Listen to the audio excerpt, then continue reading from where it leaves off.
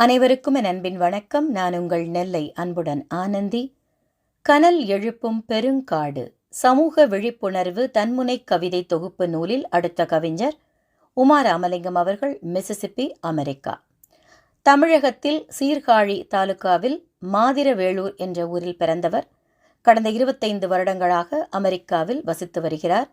நூலேணி பதிப்பகத்துடன் தொடர்ந்து கவிதைகள் வழியாக பயணித்து வருகிறார்.